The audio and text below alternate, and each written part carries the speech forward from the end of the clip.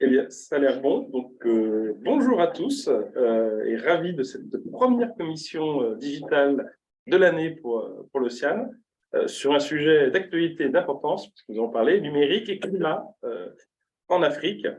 Dans les règles du jeu et un peu dans la manière dont nous allons faire, donc, ça c'est pour ceux qui seront en replay, bien sûr, c'est un peu plus compliqué. Là, nous commençons par une petite introduction qui va être rapide et un tour de table.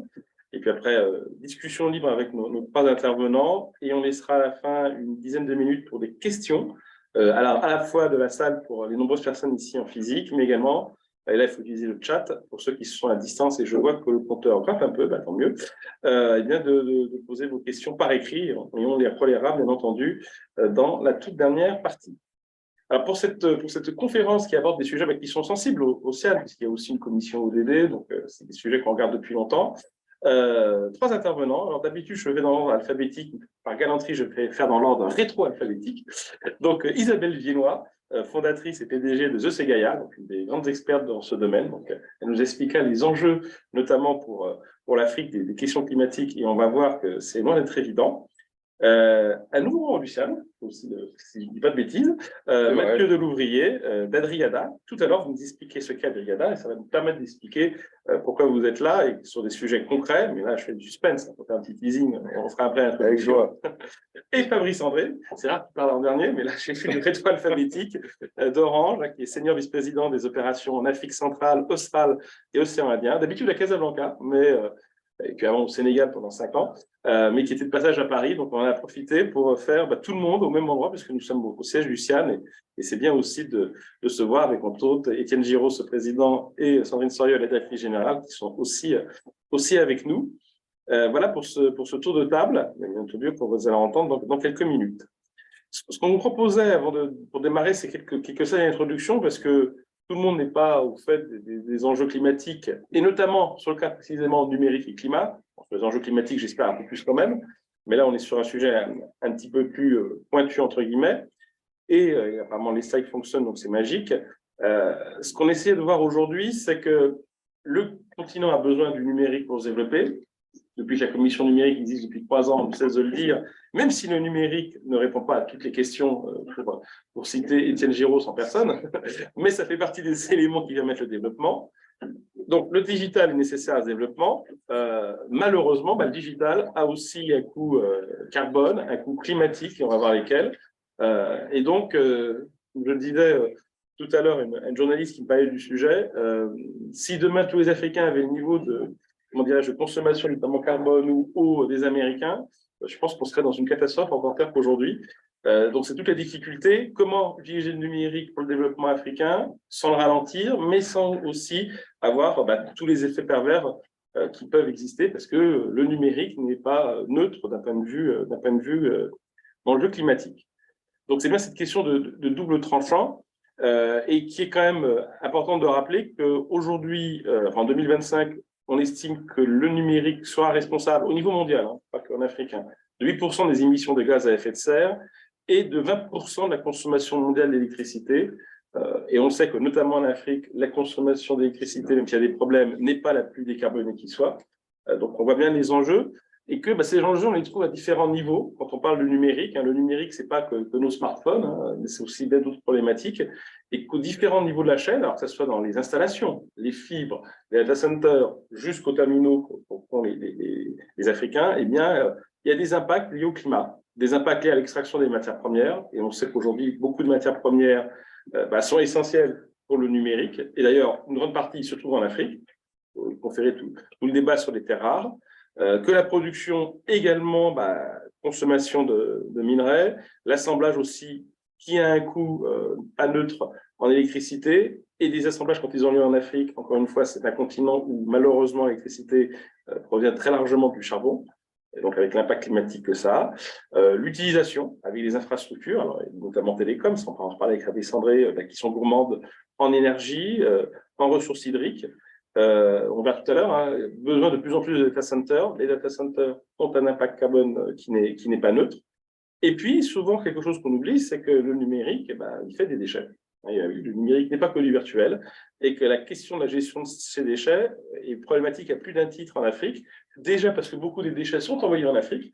Donc, qu'il y a des cadeaux sympathiques, et puis que le retraitement peut être onéreux, et certains produits, je pense aux batteries notamment, peuvent être très problématiques et très dangereux d'un point de vue environnemental. Après, quand on regarde les grands éléments, et c'est intéressant, quand on regarde l'ensemble de ce qui est le numérique d'un point de vue infrastructure, eh bien, très clairement, quand on regarde par exemple la partie gaz à effet de serre, les 2 tiers, c'est les terminaux, ce sont les producteurs. Les réseaux que déploient les opérateurs télécoms, c'est 20%, et les data centers, 14%. Ce n'est pas les chiffres africains, c'est les chiffres globaux, sachant que par exemple, c'est un des enjeux des prochaines années, on va le revoir, l'Afrique par exemple est sous-équipée aujourd'hui en data center. Donc, ça va encore plus grossir. Mais, alors ça c'est l'autre côté, c'est presque une dissertation à la Sciences Po, thèse, antithèse, on essaiera de faire une synthèse, mais le numérique, et ça encore une fois c'est un peu le dada de cette commission, est nécessaire au développement de l'Afrique. Je ne vais pas trop redévelopper parce que ça on en parle à chaque commission, mais c'est quand même essentiel, et même si on se concentre sur quelques sujets aussi clés que l'éducation, c'est-à-dire je prends la première conférence de la commission digitale, ou la deuxième sur l'éducation, et ça, évidemment, ça a un impact important dans l'entrepreneuriat. Et l'entrepreneuriat, c'est un enjeu, ne serait-ce que quand on voit tout ce qui se fait en termes d'inclusion financière dans le continent. On a tendance à l'oublier, mais le numérique joue de plus en plus dans l'agriculture. Or, l'agriculture, c'est quand même le secteur économique numéro 1, en tout cas en termes de nombre d'employés du continent. Donc, c'est un enjeu aussi à développer l'agriculture. On avait fait une conférence sur le sujet il y a 1 an ou 2. Et l'année dernière, on a fait une conférence sur l'efficacité énergétique et de plus en plus de liens entre numérique et énergie dans un continent où l'électricité est sous nombre et où parfois elle est mal équilibrée, le numérique a un vrai enjeu.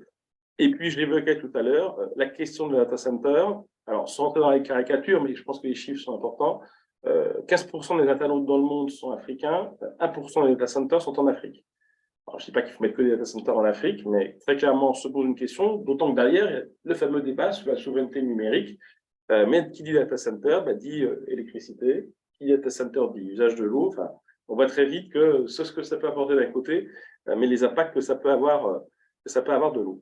Et d'où toutes les réflexions, et c'est un peu le débat, je commence à introduire ce qui va être notre table ronde. Voilà, comment est-ce qu'on peut utiliser aujourd'hui le numérique de manière à construire un véritable avenir durable pour le continent, d'autant que, je ne l'ai pas dit parce que ça paraît une évidence, mais je vais quand même le signaler, je pense que nos intervenants vont en parler. Aujourd'hui, sur les problématiques notamment de réchauffement climatique, l'Afrique est le continent finalement le plus touché. Donc, à la fois celui qui pollue aujourd'hui le moins, si j'ose dire, mais également qui a les impacts les plus lourds, ne serait-ce que sur une question de type hausse de température, avec des zones qui deviennent invivables, ou qui le seront en horizon 20 ans, donc c'est une vraie question. Et puis même, la hausse de l'eau et des continents, il y a des pays qui sont menacés. Je rappelle que les Seychelles sont en Afrique, et on ne peut pas dire que l'avenir soit comme les Maldives brillants, en Asie, mais même des pays où il y a des problèmes très forts d'érosion aujourd'hui des côtes, c'est une réalité aujourd'hui sur le continent. Et donc, il y a quand même quelques cas d'application utiles du numérique également pour lutter contre ces impacts climatiques.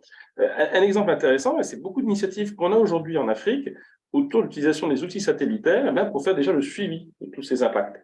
Donc, le numérique, là je donne l'exemple des satellites, mais il y en a d'autres, ça permet de suivre des indicateurs et d'avoir des vraies études sur la montée du niveau des océans, la hausse des températures, l'intensification de la sécheresse, une véritable problématique dans plusieurs pays africains avec des déplacements de population ou des migrations des élevages, etc., sans parler de la fonte des glaces, qui est un sujet plus général.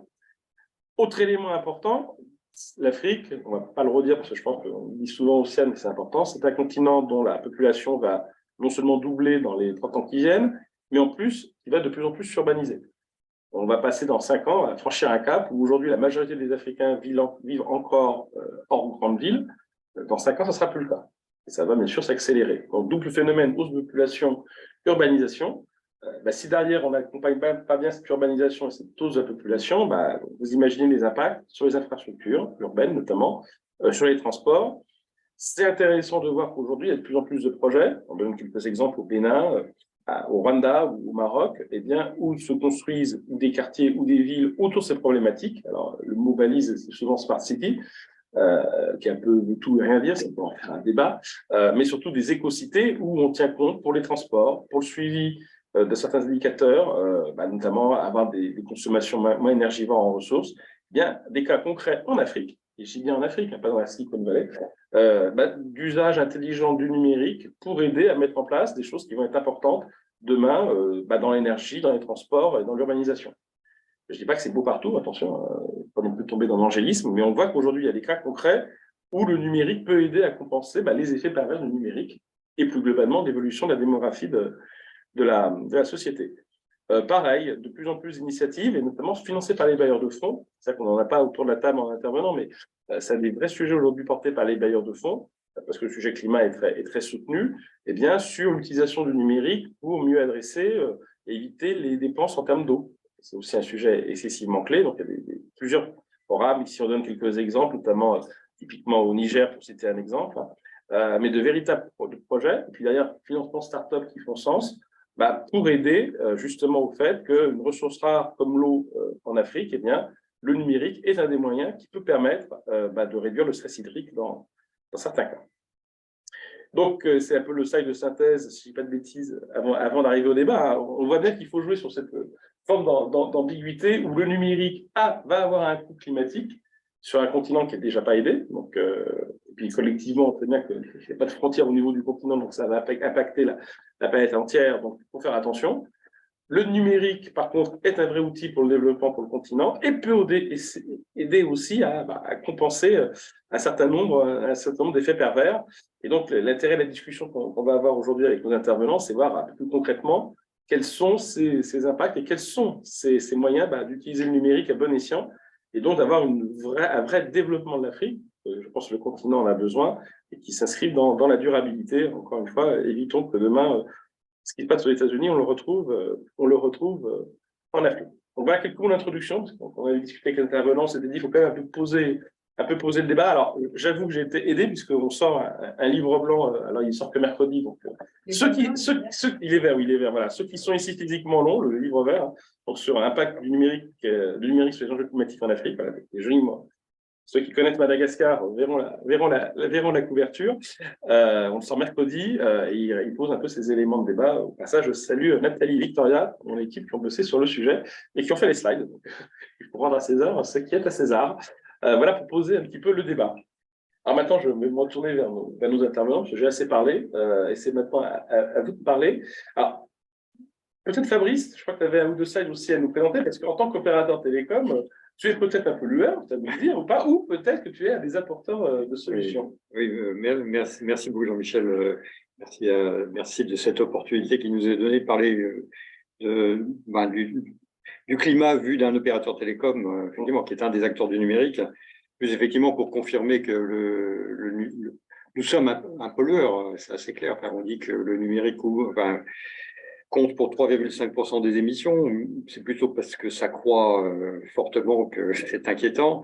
Le numérique en Afrique, encore plus, chez Orange, l'Afrique représente 20% du chiffre d'affaires et 80% de la consommation de fuel.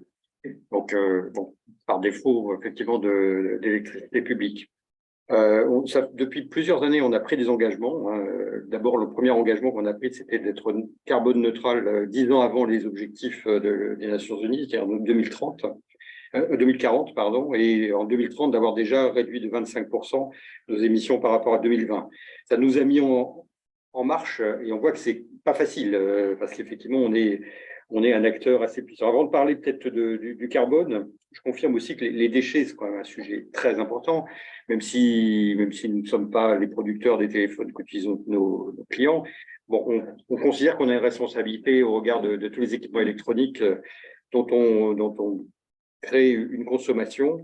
C'est pour ça que dans toutes les boutiques Orange dans le monde, on a la possibilité de rendre son téléphone. Ce téléphone peut être reconditionné ou il peut être démantelé, en Afrique d'ailleurs, et toutes les matières reprises dans des usines plutôt en Europe. Donc on crée des norias de bateaux qui amènent des mobiles de l'Europe vers l'Afrique, mais aussi les mobiles africains en Afrique pour être démantelés, et après qui remontent les matières dans des usines pour être transformées et récupérer toutes les matières de base.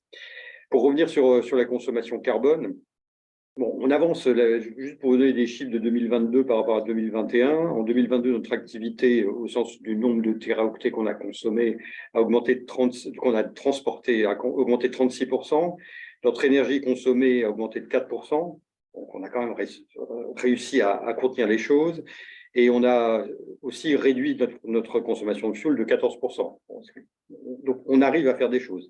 On a aussi fait des progrès dans notre ratio d'énergie renouvelable qui est de 27%, mais 27%, ça reste faible.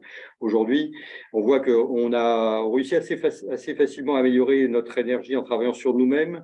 On a parfois des difficultés avec l'énergie qui vient des réseaux publics. Les pays africains commencent à, je pense au Sénégal ou à d'autres, commencent à disposer de ressources gazières en particulier, et donc sont peu enclins à nous laisser construire des grandes fermes solaires pour compenser notre consommation, et préfèrent qu'on utilise les grandes usines d'électricité du pays qui vont être de plus en plus alimentées par les ressources locales. Mais bon, c'est un sujet sur lequel on se bat, en tout cas. Pour revenir sur les actions que nous réalisons, on cherche d'abord à utiliser de l'énergie, à mettre de l'énergie renouvelable partout, donc sur nos sites, c'est-à-dire sur là où on a des antennes, avoir à côté toujours des panneaux. Sur nos data centers, tu as raison, Jean-Michel, un data center, ça consomme beaucoup. Là, progressivement, tous nos grands data centers sont équipés sur leur parking, sur leur toit, de grands panneaux solaires. Si on prend le grand data center d'Abidjan, il a aujourd'hui la moitié de sa consommation diurne qui est couverte par les panneaux solaires. Bien sûr, pas la nuit, mais on a déjà la moitié de la journée. On est en train d'installer le même système dans le centre de calcul équivalent de Dakar, le même qui va être fait cette année dans le centre de calcul équivalent de Douala. Voilà, donc on avance. On a aussi dans certains endroits des projets hydrauliques, donc parce qu'on a aussi la possibilité de financer des micro-centrales dans les rivières dont on sait qu'elles sont particulièrement virulentes en Afrique centrale. Et puis, on cherche aussi à proposer à nos clients qui ne disposent pas d'accès à l'électricité des systèmes solaires qui sont achetés à crédit par les systèmes de mobile money. Comme je l'ai dit tout à l'heure, on cherche aussi à avoir l'électricité publique plus neutre, donc d'abord en construisant des fermes solaires lorsqu'on peut, lorsqu'on est autorisé. C'est le cas en Jordanie, par exemple, où on couvre l'ensemble de notre consommation par des fermes solaires. On est en train de construire une ferme solaire au Mali également. On a plein de projets dans beaucoup de pays. Le but, là, vraiment, c'est de compenser. Et puis, on cherche aussi, ça va peut-être vous introduire votre sujet, à compenser en plantant des arbres, et donc par des projets qu'on appelle des projets de canopée, et donc en finançant des projets de reforestation pour faire de la compensation également. Ça, c'est des actions qu'on fait au titre de notre responsabilité sociale d'entreprise. Voilà, c'est une façon également de contribuer à ce grand projet collectif de l'humanité. Merci pour ces éléments, en plus qui donnent des cas très, très concrets. Peut-être pour reprendre un petit zoom arrière, Isabelle, qui est experte pour ces sujets-là, quand on dit que l'Afrique est aujourd'hui très exposée à ces questions-là, on dramatise, on exagère, mais finalement, on est malheureusement dans la réalité. Alors, merci d'interroger là-dessus. Alors, en effet, je travaille beaucoup avec des scientifiques, donc j'ai du mal à moi-même me qualifier d'experte sur le sujet, parce que on travaille avec beaucoup de scientifiques sur le sujet. Et pour préparer cette table ronde, ce que j'ai fait, c'est que j'ai relu ce que disait le dernier rapport du GIEC. Le rapport du GIEC, le dernier est sorti le 16 mars. Donc, pour rappel, le GIEC, ce sont cette communauté de scientifiques qui, depuis maintenant 40 ans, alerte sur le fait qu'il y ait un dérèglement climatique d'origine anthropique et de tous ses effets. Donc, j'ai repris le dernier rapport du GIEC et j'ai regardé ce qu'il disait sur la zone Afrique. Voilà. Donc, là, ce sont les scientifiques qui disent ce qui se passe. Le premier point alors, qui est mentionné, c'est que les zones vulnérables, la mortalité liée aux événements climatiques extrêmes, que ce soit les tempêtes, les sécheresses, les inondations, dans les zones vulnérables, dont l'Afrique fait partie, mais pas que, a été, c'est entre 2010 et 2020, 15 fois supérieur aux zones non vulnérables. On voit que, en effet, compte tenu des infrastructures de l'Afrique et du positionnement de la zone Afrique, elle est beaucoup plus exposée. Le deuxième point, c'est que les dérèglements climatiques entraînent d'ores et déjà en Afrique des déplacements de population, et compte tenu de l'accroissement de la population, ça ne va faire que continuer et avec les augmentations de 1,5 degré d'ici 2050 qui arrivent déjà, on va multiplier, en effet des sécheresses, des inondations, des submersions et des tempêtes. Donc ça, en effet, c'est les scientifiques qui le disent et ça arrive d'ores et déjà. Autre point qu'il mentionne, c'est que, et c'est dit explicitement, hein, c'est le fait de ne pas mener aujourd'hui les actions nécessaires en termes d'atténuation et d'adaptation, et je reviendrai sur ces deux termes qui sont extrêmement importants, va augmenter les coûts demain de l'adaptation parce que un des premiers points qui arrivent, c'est des infrastructures qui sont extrêmement dégradées, ou les infrastructures télécom qui peuvent être extrêmement dégradées par les dérèglements climatiques ou des routes, par exemple, qui risquent d'être dégradées. Donc l'Afrique est encore plus exposée puisque en train de construire certaines infrastructures qui sont absolument clés pour son développement, et ces infrastructures risquent d'être dégradées par les effets du dérèglement climatique. Je reviens sur le point qui structure le rapport du GIEC sur la différence entre atténuation et adaptation. Pour rappel, les politiques d'atténuation, c'est des politiques qui visent à réduire les émissions de CO2, qui sont absolument centrales dans les pays développés. En moyenne, les émissions de CO2 par personne dans le monde, c'est 7 tonnes de CO2 par personne. En France, on est à peu près à 10. Les États-Unis sont à peu près à 24. En Afrique, on oscille entre 1,7 et 4 de CO2 par hectare.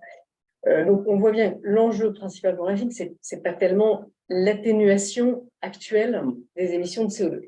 Un des enjeux majeurs, évidemment, c'est d'arriver à un développement qui soit décarboné et donc à un développement qui embarque des facteurs de la décarbonation, comme avec le développement des énergies renouvelables. Ça, c'est pour les politiques d'atténuation et les politiques d'adaptation qui sont absolument majeures pour l'Afrique, puisque l'Afrique est particulièrement exposée, c'est d'adapter les infrastructures, les villes et l'agriculture aux effets du dérèglement climatique. Et je vais laisser parler désormais la troisième personne. Et les nouvelles technologies et le digital peuvent être utilisées à la fois pour l'atténuation, pour assurer un développement économique décarboné, et à la fois pour l'adaptation. Et je pense que un des grands enjeux pour l'Afrique, c'est plutôt l'adaptation. Et justement, sans transition, mais si quand même. Alors peut-être d'ailleurs Mathieu nous expliquer ce qu'est Adriana, parce que je pense que tout le monde ne connaît pas, et je pense que ça va illustrer un propos évoqué juste avant. Bien, merci beaucoup de me donner l'occasion de m'exprimer au nom d'Adriada. Adriada est une entreprise qui a été créée avec pour objectif de mettre en œuvre de larges projets de reforestation assis sur la finance carbone. On a des investisseurs institutionnels derrière nous, on cherche à mettre en place de grands projets sur de larges superficies, on parle de 50 000 hectares au plus, et l'idée, il y a un certain nombre d'idées qui sont derrière ce que l'on fait. La première, c'est on ne va pas faire de plantation d'arbres, on va faire de la reforestation dans un cadre de biodiversité. Le but ultime, en fait, est de reconstruire une forêt naturelle et qu'elle se développe de manière pérenne. Donc, au début, il faut l'accompagner un petit peu, mais à terme, elle doit pouvoir se développer de manière autonome. L'autre élément sur lequel on agit, évidemment, de manière très importante, ce sont les populations qui sont là où nous travaillons. Parce que je vais revenir dans une seconde, s'il y a déforestation, c'est parce qu'il y a des gens qui sont là et qui y trouvent un certain intérêt. Donc, traiter la question des populations, de leur activité, de leur forme de comportement en fonction de leur activité économique, et c'est un sujet absolument majeur. Je voudrais ajouter à ce qui a été dit une bonne nouvelle concernant l'Afrique, c'est possiblement le continent qui a le plus de potentiel si on veut mener des politiques de reforestation. Il y a quand même, on dit qu'il y a 60% des terres arables non utilisées dans le monde qui se trouvent en Afrique. Donc, il y a un potentiel de faire des choses en Afrique qui est absolument considérable. Alors, donc, notre objectif, c'est de faire venir des des investisseurs financiers sur ce sujet-là, des financiers et des opérateurs aussi, afin qu'il y ait une masse de financement qui soit telle pour créer un emballement sur ce sujet-là et permettre effectivement, on parle de compensation ou de neutralisation, qui permettent aux opérateurs de neutraliser le plus possible, ce qui n'empêche pas la nécessité d'avoir effectivement à mener des actions de réduction de ces émissions de gaz à effet de serre. Alors, l'Afrique, si vous voulez, je reviens du Ghana, je suis revenu avant-hier. On a signé un accord avec le gouvernement, on travaille aussi en Côte d'Ivoire. Ces deux pays ont des problèmes relativement similaires d'une déforestation qui est massive. La bonne nouvelle, c'est que les autorités aujourd'hui se rendent compte qu'il n'est plus possible de continuer sur cette ligne-là. Donc, quand on discute en Côte d'Ivoire ou au Ghana, le gouvernement dit qu'il faut faire quelque chose, on ne peut plus continuer à tout déforester, parce qu'effectivement, il constate une dégradation de la situation du climat que les habitants en souffrent. Donc, on les aide, on travaille avec eux pour identifier des larges territoires que l'on va reforester dans un cadre de biodiversité, comme je disais, et en prenant en compte les communautés locales très largement. Je peux continuer si vous voulez. Interagissons. Oui, j'ai posé une question politiquement incorrecte, donc je fais l'avocat du diable, appelez-moi Donald si vous voulez. Est-ce que ça vaut le coup de faire ça maintenant, toutes ces mesures? Est-ce qu'il ne faut pas attendre? Vraiment, l'Afrique n'est pas encore beaucoup développée, ça fait moins que les États-Unis. Est-ce qu'on ne peut pas dire on les laisse se développer pendant 20 ans et dans 20 ans on regarde le sujet? Est-ce qu'il faut vraiment agir maintenant ou... Ma question pour les trois. Je vois Isabelle qui m'envoie des regards. Ah non, mais pas du tout. Non, mais je fais exprès. La question du développement en tant que tel, nous, on ne peut pas attendre, parce que ce sont des personnes qui ont droit à un développement comme nous, on a connu. Et à nouveau, le dérèglement climatique est là, d'ores et déjà. Et il y a nécessité d'ores et déjà de s'adapter. Voilà. Donc, le développement arrive. Donc, il est crucial d'assurer un développement qui soit moins carboné que ce que nous on a connu. Donc, comme il y a eu une espèce de saut quantique où on est passé il n'y a pas eu de téléphone fixe en Afrique, passage directement au mobile. Donc, il peut y avoir un développement qui soit décarboné, sans utilisation d'énergie fossile comme celui qu'on a connu, et c'est qu'on peut le faire maintenant. Et l'adaptation, il faut absolument la faire maintenant, comme les efforts de compensation, et ça pour compenser toutes les émissions de CO2 qui sont stockées aujourd'hui dans l'atmosphère. Donc, on ne peut pas attendre. Non, mais l'urgence, elle est là.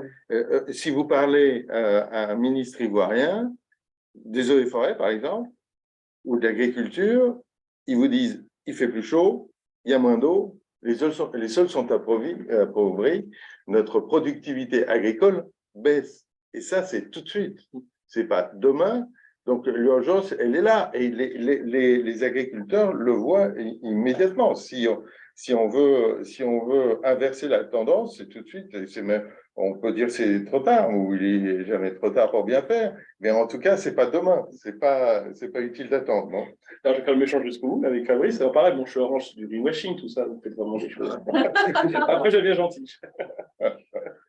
Bon, je vais vous faire ça. Je dirais bon, on essaie d'agir, mais moi, peut-être plutôt pour rebondir, je pense que l'Afrique a l'opportunité, encore tout son développement devant elle, autant qu'elle se développe en faisant des choses différemment. Et ce que j'aime aussi en Afrique, c'est qu'il y a quand même tout un tissu de jeunes entrepreneurs qui ont plein d'idées, et je crois qui sont très férus de numérique et très inquiets pour leur pays. Donc, je pense qu'on a aussi des conditions réunies pour pouvoir réussir des choses qui ne sont pas celles qu'on a faites, nous, dans les pays développés. Voilà.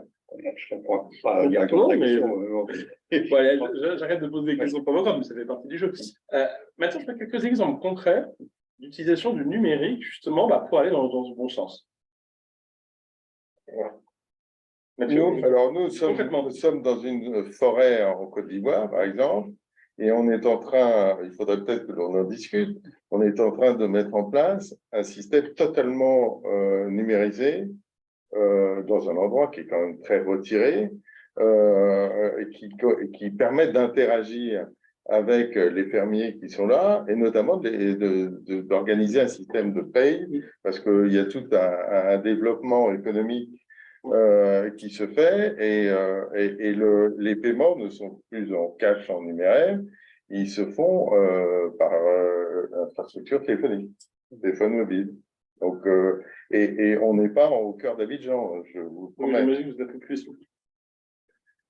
Ah oui, c'est les exemples. Oui, même un exemple qui a peut-être été évoqué. Le premier prix d'entrepreneur social qu'on a donné à Orange, c'était un Nigérien qui a mis un dispositif d'irrigation avec des capteurs qui permettaient d'irriguer lorsque c'était strictement nécessaire. Donc, c'est un très bon exemple.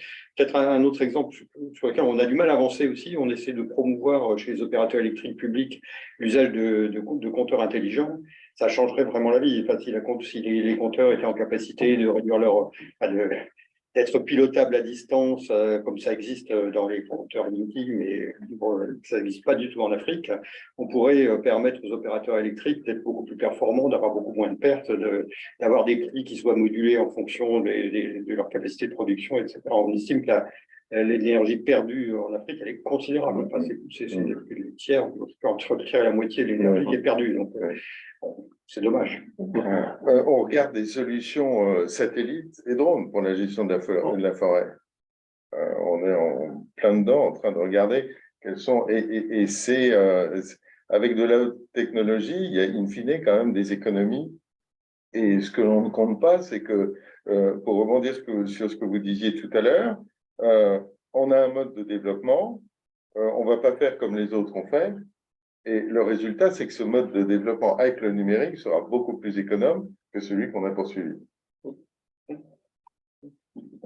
Alors, j'ajouterais, on a cité deux grandes applications des nouvelles technologies, l'énergie management, c'est-à-dire le pilotage de l'énergie pour faire en sorte de consommer, juste être consommé, c'est le premier grand champ où les nouvelles technologies permettent d'atténuer les émissions de CO2. Le deuxième grand champ, c'est l'agriculture. En effet, vous avez cité les solutions d'agriculture de précision qui permettent d'irriguer juste ce dont il est besoin, d'avoir des modèles assez complexes d'analyse de données pour permettre de conseiller aussi les agriculteurs sur la productivité de leur exploitation. Puis un troisième grand champ qui est quand même un domaine extrêmement émissif, c'est le secteur du transport, là avec des villes qui vont se développer de manière énorme, qui sont déjà extrêmement surchargées.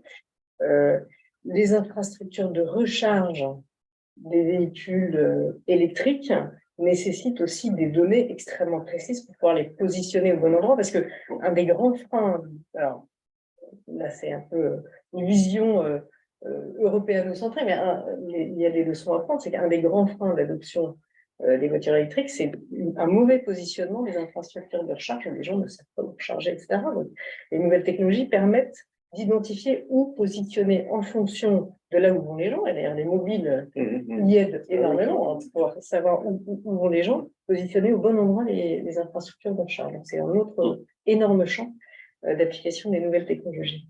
On le voit, c'est à la fois en zone rurale, en zone urbaine, donc il faut aller partout. Quand on reparle, tu évoquais, il faut faire attention à l'effet rebond. Donc, je vais expliquer déjà ce que c'est que l'effet rebond, alors, il faut essayer de l'éviter. Alors, l'effet rebond, c'est un concept très important sur les sujets du climat et l'environnement, c'est que toute innovation est porteuse d'un effet rebond, c'est-à-dire que alors, le grand exemple, j'ai donné un exemple, c'est sur le bâtiment. Le bâtiment, tous les efforts de rénovation qui ont été faits ces dernières années dans les pays développés, les gens n'ont pas forcément baissé la température, mais ils en ont profité pour avoir des intérieurs plus confortables. Donc, ils ont laissé la température. Et donc, tous les efforts qui avaient été faits en matière de rénovation n'ont pas conduit à ce que les gens consomment moins d'énergie, mais à juste qu'ils aient plus de confort. Donc, c'est ce qu'on appelle l'effet rebond. C'est que toute innovation, en fait, inclut en tant que tel des risques, soit d'augmenter la consommation d'énergie, soit de servir Et les nouvelles technologies, en effet, un des risques des nouvelles technologies que tu l'as mentionné dans ton introduction, hein, c'est que ça ne conduise pas forcément à atténuer les émissions de CO2, mais à augmenter encore des émissions de CO2 ou alors des déchets électroniques. Mais alors, là, je vais encore citer le rapport du GIEC qui cite les nouvelles technologies comme une des solutions, hein, pas la solution, mais une des solutions du dérèglement climatique. Ils mentionnent l'effet rebond et ils estiment qu'il faut les anticiper par des politiques publiques et également par de la concertation d'acteurs. Toute innovation doit intégrer très en amont, dès sa conception, des potentiels effets rebond. Alors là, on est à Paris, au siège du CIAM, on est entre Européens, on dit des belles choses.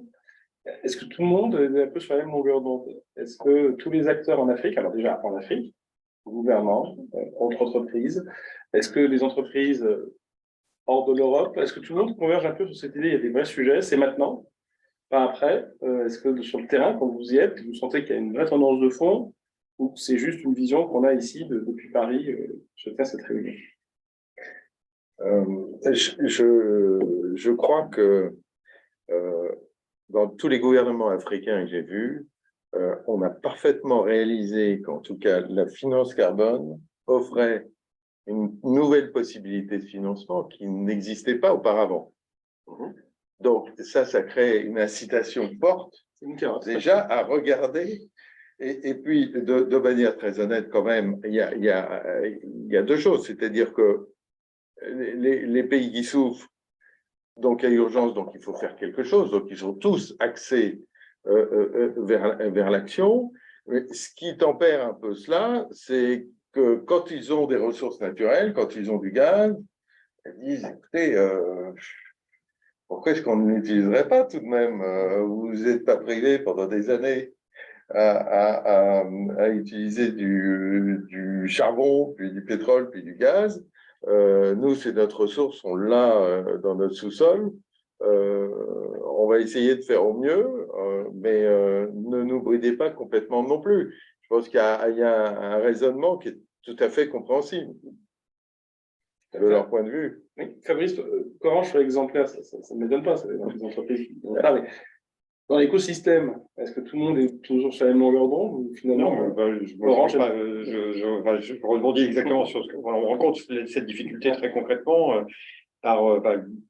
pour ne pas citer un pays, le Sénégal, où on a un projet depuis 5 ans d'une grande ferme solaire. Ça a nécessité, la loi n'oblige pas aujourd'hui l'opérateur public à transporter l'électricité publique par des tiers, produite par des tiers. La loi a changé, mais les décrets ne sont pas pris. Et puis, si on creuse, on finit par comprendre que, bon, finalement, à quoi ça sert qu'Orange aille financer un champ solaire, alors que, de toute façon, les usines gazières sont en train d'arriver et que la Sénélec va avoir les moyens de produire suffisamment. Donc, bon, voilà. Donc, ce genre d'attitude, il existe, c'est quand même problématique.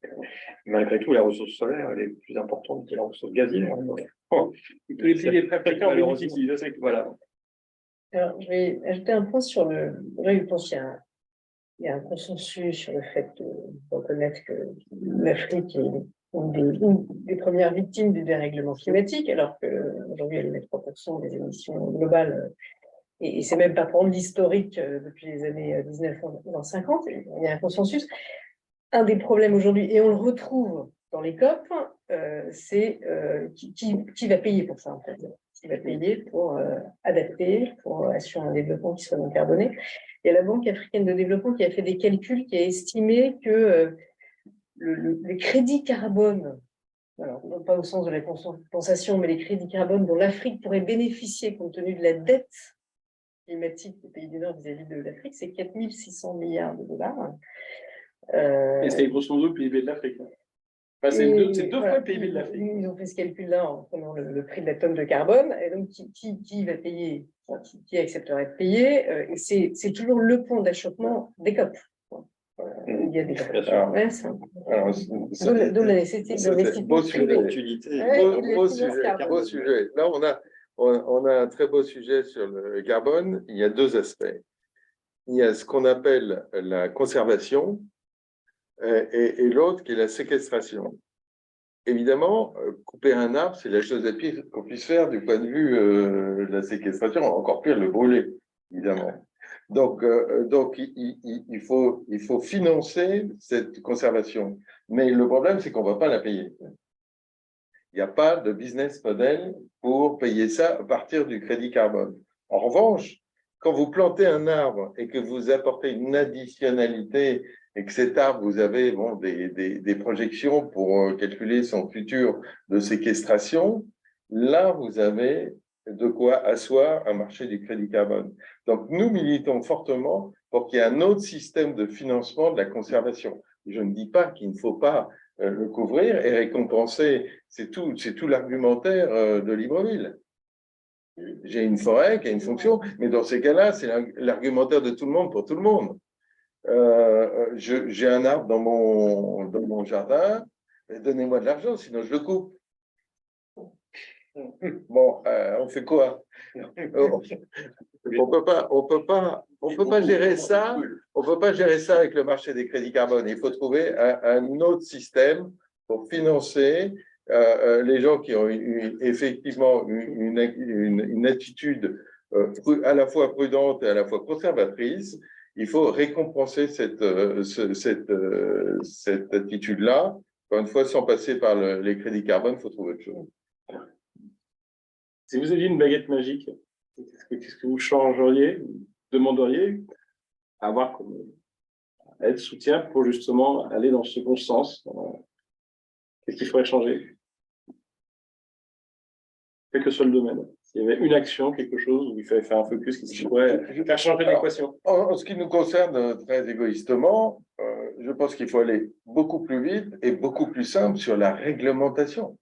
C'est-à-dire qu'aujourd'hui, le marché du crédit carbone, qui est un marché qui reste en formation, reste relativement peu lisible, pour parler de manière douce, par les acteurs, qu'ils soient les acteurs du marché ou le régulateur. Donc, je pense tous les pays sont en train de travailler sur des législations à mettre en place. Honnêtement, c'est pas facile pour eux. Hein. C'est pas facile pour eux parce qu'on est encore en train d'essayer d'interpréter ce qui s'est dit dans les dernières COP et qu'est-ce qu'on en conclut. Il y a les problèmes de droit, il y a les problèmes de taxes, il y a des problèmes multidimensionnels. Et je pense que si on voulait vraiment avancer, il faudrait arriver à simplifier cet environnement.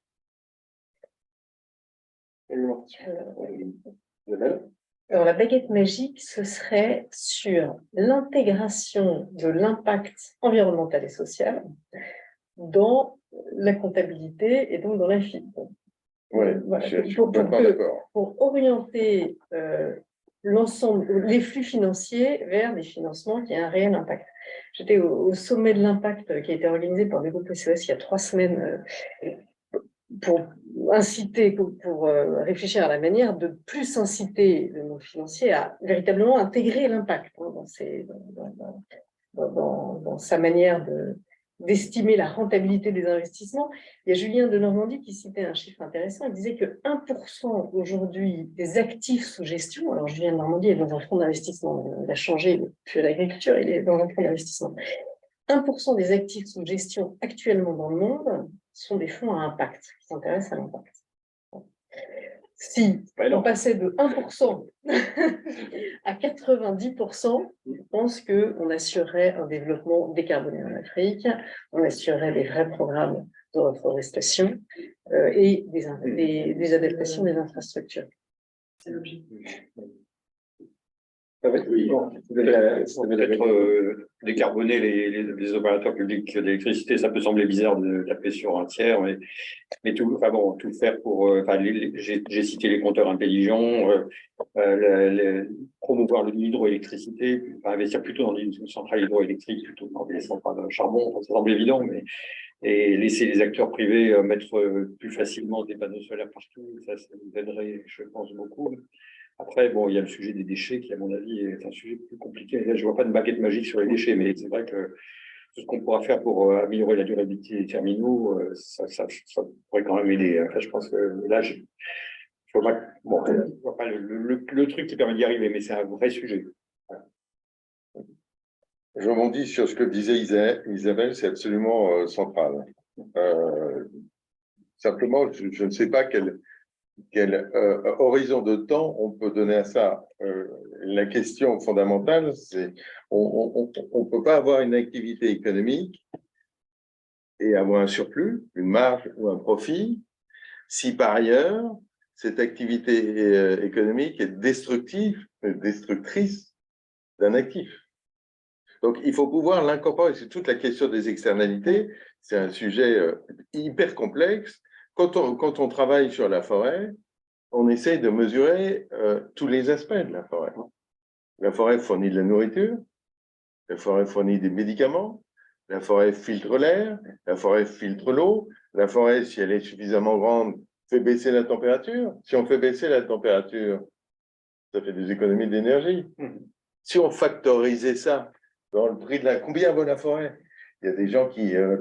J'ai lisé un article sur combien valent les éléphants. C'est un énorme sujet. Alors, je pense qu'il y a plein d'économistes et de comptables que ça passionne, mais c'est vrai qu'il va falloir arriver à mettre un prix. Si on arrive à valoriser ça, à ce moment-là, on va investir dans la forêt. Au maximum. Aujourd'hui, on a le carbone. Heureusement, nous avons le carbone. C'est un premier pas pour valoriser la forêt. Demain, on aura la biodiversité et après-demain, d'autres fonctionnalités de la forêt. Et avant de laisser la question à la salle, et en ligne éventuellement s'il y en a, ça je n'en ai pas, avant quand même juste une petite dernière question, et après on passera aux questions-réponses de la salle et en ligne pour ceux qui sont en direct.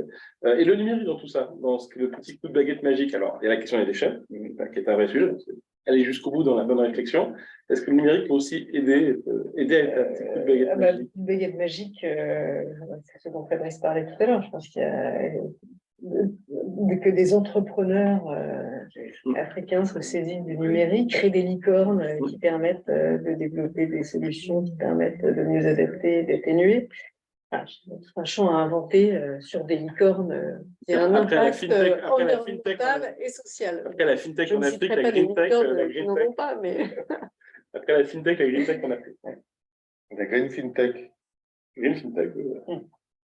Bah, vous citez l'agriculture, c'est quand même un secteur où il y a d'énormes choses. J'ai vu une société qui a monté un outil de credit scoring pour les paysans. Incroyable. Ils ont fait un travail phénoménal. Ils ont 800 informations pour chaque paysan. Ils ont un taux de défaut de 5% pour l'instant, qu'ils pensent pouvoir faire baisser à 2%. Et ça, c'est du numérique. Ce sont des programmes, des gens de très haut niveau qui ont travaillé pour Google et Amazon et qui travaillent là-dessus. Donc, le numérique, c'est partout. À mon avis, c'est juste partout. Merci beaucoup. Je rappelle pour ceux qui sont en direct, en replay pas possible, hein, vous avez l'onglet Q&A si vous voulez poser des questions. Je crois qu'il y en avait au moins une dans la salle, une intervention d'Étienne Giros, président du CIAN. Merci Jean-Michel. Oui, vous avez évoqué la question de comment faire pour accélérer ce mouvement. Et je crois qu'on est tous d'accord pour dire, vous l'avez dit d'ailleurs, qu'il y a un consensus maintenant dans nos sociétés publiques et privées et que ça va dans le bon sens. Et d'ailleurs, je pense qu'effectivement, vous avez aussi raison de dire que ça va finir par être comptabilisé d'une manière ou d'une autre, ces actions-là, de lutte contre le réchauffement, etc. Est-ce que ça va être dans le compte d'exploitation ou est-ce que ça va être dans l'image ou dans le rapport social? Ça l'est déjà un peu les groupes, mais en tout cas, ce sera un critère de jugement du bon fonctionnement d'une société, sans parler de l'aspect judiciaire qui existe déjà, puisque si on se comporte mal, on va en prison quand même, en ce moment. Donc, et puis il y a l'aspect effectivement financier aussi qui va avec. Donc, je pense que, je ne sais pas très bien le degré d'accélération que ça peut avoir, mais ça, c'est la réponse. Moi, je voudrais simplement, à cet égard-là, donc, soulever juste un problème qui nous est très cher au CIAN, c'est que pour que ça marche, il faut que tout le monde le fasse. Or, la moitié des opérateurs de la planète ne sont pas contraints par ça. En tout cas, ne seront pas contraints par ces règles qu'on vient d'évoquer là. comptabilisation, judiciarisation, financiarisation, etc. Et donc, les nouveaux acteurs en Afrique, d'abord, ils n'ont pas d'obligation RSE. Je ne vois pas beaucoup d'opérateurs chinois qui ouvrent une mine se poser beaucoup de questions en RDC. Une boîte française ouvre une mine en RDC, probablement le ciel va y tomber sur la tête pendant 3 ans. Et elle l'ouvrira d'ailleurs jamais, probablement.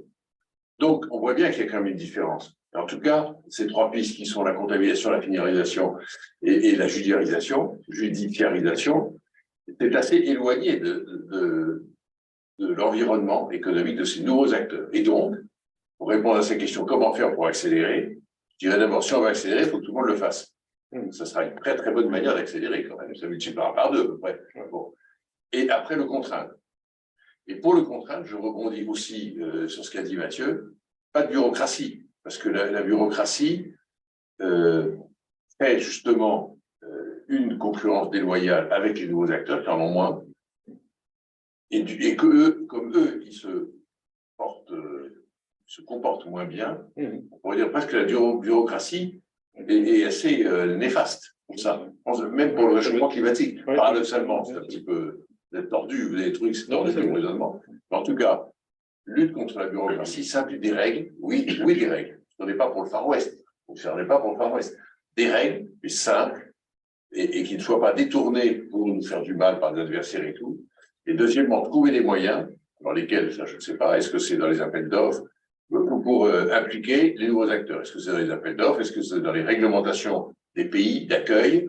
Est-ce que c'est... Alors évidemment, la partie médiatique réputationnelle joue peu pour ces gens-là. Elle joue assez peu.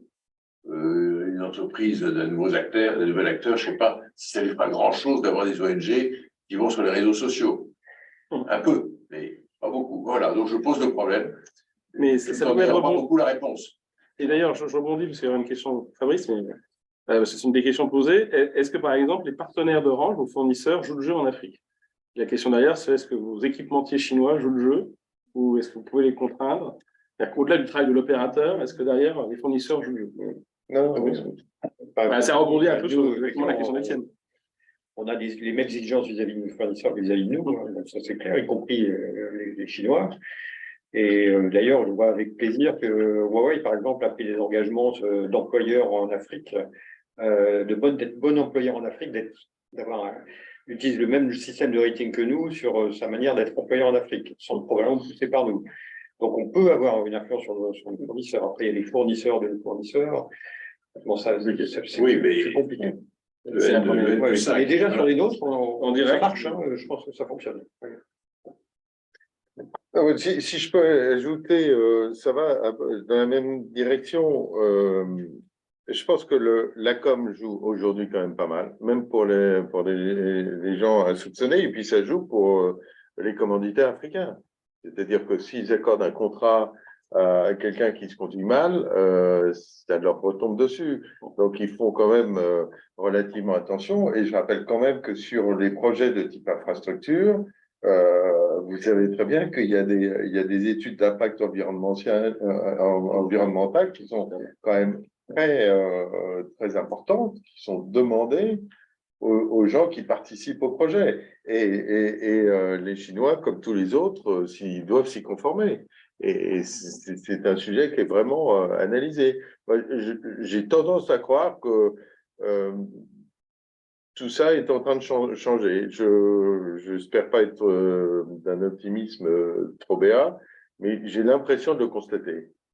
Alors, il y a un autre adversaire à ça aussi, c'est l'état de droit perfectible, pour être poli. En gros, la faiblesse de l'état de droit, avec tout ce qui va avec, la gouvernance, etc., et la corruption et autres. On sait, quand on connaît bien l'Afrique, ce qui est notre cas, on sait qu'il y a des passe-droits sur les règles. Ils passent leur temps à arriver. Ces passe-droits, ils ne tombent pas comme ça par hasard.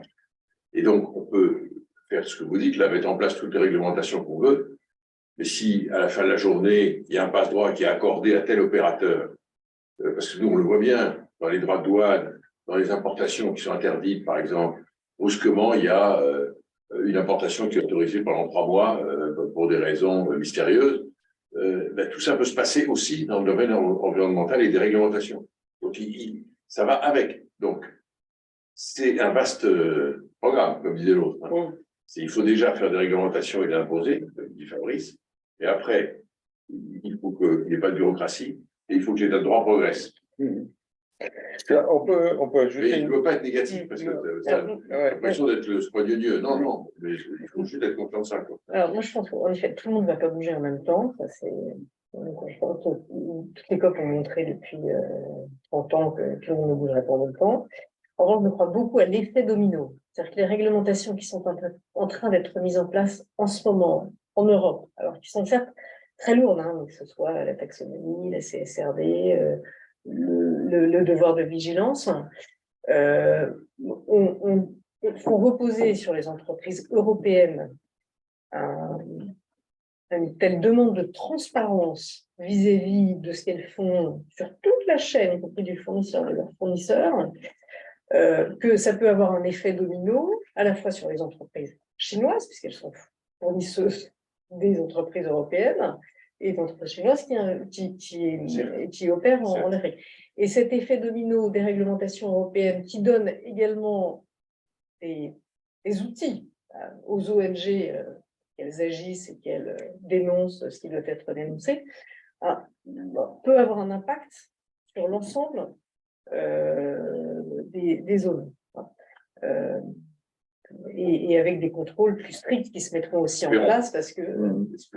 Alors, leur tournant, je veux dire, est-ce qu'il y a une autre question dans la salle? Il me reste une dernière en ligne qui sera la bonne question finale. Donc, oui. Ah non, Oui, si, mais il n'y a pas que toi, Étienne. Monsieur, derrière. Ah oui, ah oui. Bonsoir à tous. Yohann Moussabou, éditeur et consultant en finance climatique. J'ai noté plusieurs points. Alors, au regard du mode forêt solide de l'évoluer, donc je serais à même de vous donner un petit peu le retour de ce qui peut faire locaux. Je suis franco-gabonais, donc je connais très très bien le modèle gabonais en termes de préservation du climat. Donc, je voudrais noter d'abord tout simplement sur le numérique. Le Gabon a un modèle quand même assez pointu par rapport aux pays africains. Il y a l'AGEOS, qui est l'Agence gabonaise d'études et d'observation spatiale, qui est donc qui réceptionne les images satellitaires et dont la mission de cette AGEOS, qui est accompagnée d'ailleurs par le Centre national d'études spatiales français, qui est de surveiller le couvert forestier du bassin du Congo. Donc, plus d'1 million de kilomètres carrés de forêt tropicale qui sont surveillés de manière via les images satellitaires pour justement suivre cette déforestation au jour le jour. Et donc, c'est un outil numérique probant qui peut, à l'échelle d'un État, en fait, même à l'échelle internationale, et on dirait que c'est une collaboration entre l'État français et l'État gabonais, c'était en partie financé par l'AFD. Donc, je pense que c'est un exemple très probant pour le climat en Afrique. Deuxièmement, c'était la politique RSE, Mme Guénot, vous avez abordé, en faisant qu'il y a le critère ISE pour les investisseurs et pour les banques, qui va évaluer justement la politique RSE des entreprises. Donc, c'est un des leviers qui va inciter les entreprises aujourd'hui à s'intégrer véritablement, dans le cadre du greenwashing ou dans le cadre d'un intérêt financier, à approfondir leur politique environnementale. Je vais prendre l'exemple de la première entreprise française, Total, qui, au Gabon, encore une fois, a fait un partenariat avec la compagnie du bois gabonais pour acquérir une concession forestière de plus de 5 000 hectares, non pas pour la déforester, mais pour justement pour que cette forêt puisse séquestrer le carbone et qu'elle puisse impacter le bilan carbone de Total. Et vous avez une question? Juste. Je vais terminer très rapidement, excusez-moi. Pour donner ces exemples-là dans le cas du Gabon, c'est pour vous montrer un petit peu la fracture qu'il peut y avoir d'un pays à un autre. Et je voudrais revenir sur vos expériences à vous. Le vecteur de toutes ces politiques au Gabon fait que, justement, comme vous dites, il y a eu un dividende politique en termes internationaux. C'est comme ça que le président Macron est parti à l'étranger, ils ont organisé ce sommet-là. Et que dans les autres pays, il y a eu un plan national climat qui a justement d'orienter le pays dans ses différentes politiques environnementales. Et qui a réglé également beaucoup de choses le fait qu'aujourd'hui, c'est considéré comme un pays en avance sur ces questions. C'est vrai que le Gabon est en avance sur ces questions.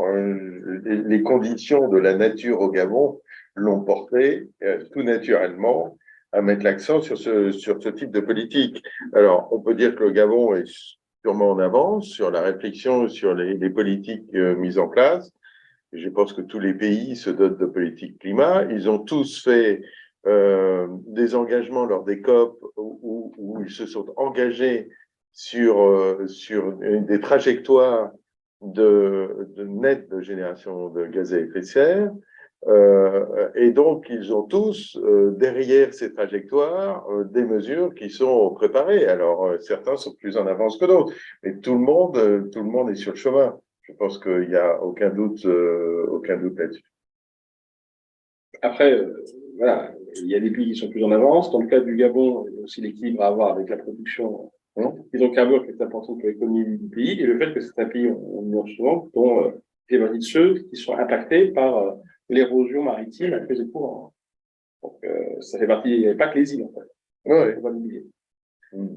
Alors, ma dernière question, parce que nous avons dépassé l'horaire officiel, peut-être 1 ou 2 minutes, qui est une des questions que nous avions en ligne et qui est très bien pour vous trois. J'ai envie de dire, conclusion.